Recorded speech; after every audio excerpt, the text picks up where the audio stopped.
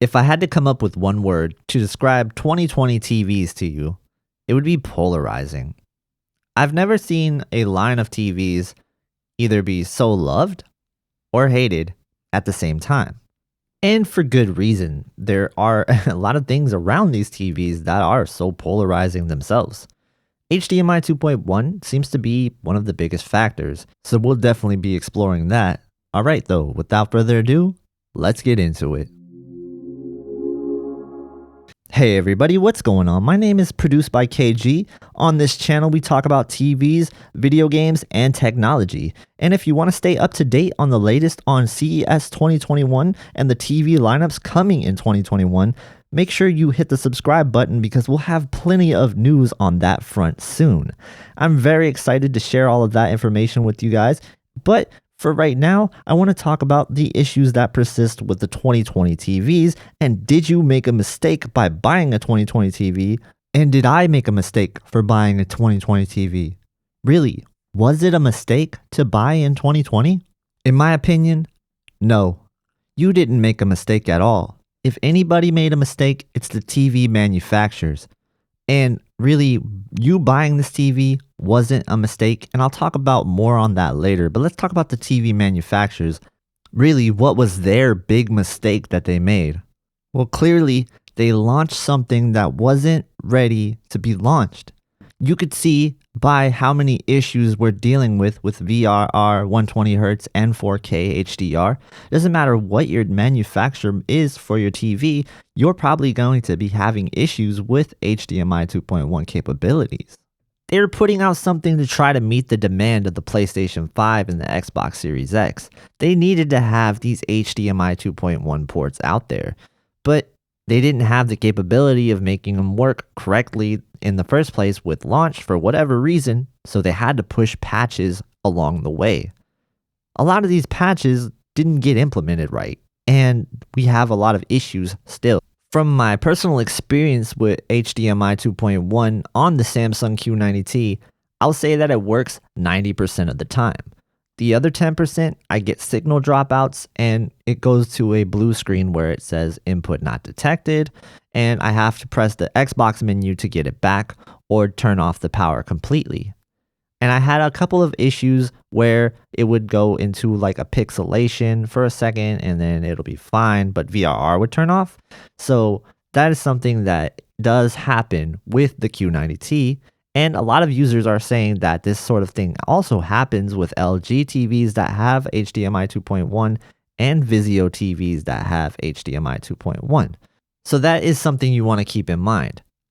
Now, if you take a look on Microsoft's website, they have a known issues for the Series X, and under HDMI 2.1, they list that they know that these dropouts happen and it's something they're aware of. But they think that it is related to your TV specifically, and they recommend you turning off HDMI 2.1 features like VRR. You know, they even recommend turning off 120Hz to 60Hz if it's not working great for you. And they also point that this is an LG issue, this is a Samsung issue, and this is a Vizio issue. It seems like they're definitely saying, hey, this is not on us, this is on your TV. So they don't say that directly, but you get the sense of that from the patch notes. So yeah, there is definitely some issues with HDMI 2.1, and hopefully they do get ironed out, because other than those issues, I really think that you didn't make a mistake at all for buying a TV in 2020. Like, you wanted a TV to work with your Series X or PlayStation 5 if you bought a TV, most likely. Now, if you're not gaming, then these issues probably don't affect you and you have a wonderful looking TV if you're not on the downside of screen uniformity. Now, one thing you got to understand about screen uniformity is that sometimes it's worse than other people's, and some people will have really bad dirty screen effect, which is also known as DSE, and you'll probably see this a lot. I know specifically that the Samsung Q90T has grid-based DSE, and a lot of people have it. You know, even I have a small amount of DSE, but it's nothing that ruins my experience gaming or watching TV or watching movies. You know, if you do have screen uniformity issues and it's affecting your ability to watch TV or play games, then that's when you want to do the exchange. But if you're not being affected by it and you just see it in tests and it's really not affecting your gameplay or movie watching, I would probably caution you to return it and exchange it for another unit, because if you do get another TV and that happens to have worse screen uniformity, it's going to feel really bad, and I think there's a chance that could happen. Remember that screen uniformity has a lot to do with the way that it is manufactured, but also the way that it is transported could affect the screen uniformity as well. So that's something that you definitely want to keep in mind when you're buying your TV. You know, this is nothing new, it's just the downside of the way that our panel technology is. Mini LED should really fix a lot of the screen uniformity issues, so that is something to be hopeful for if you are in the market for a 2021 TV.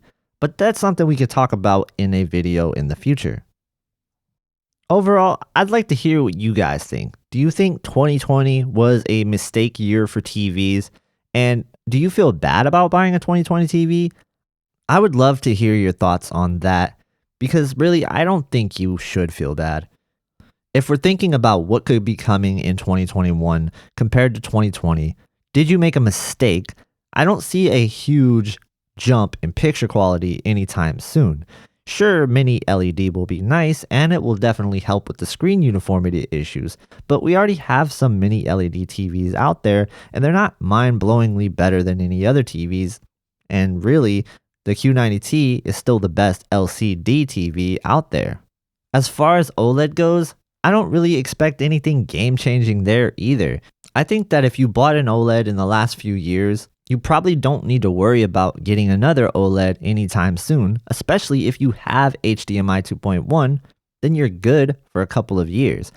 So yeah, I really don't think that you should worry if you bought a 2020 TV.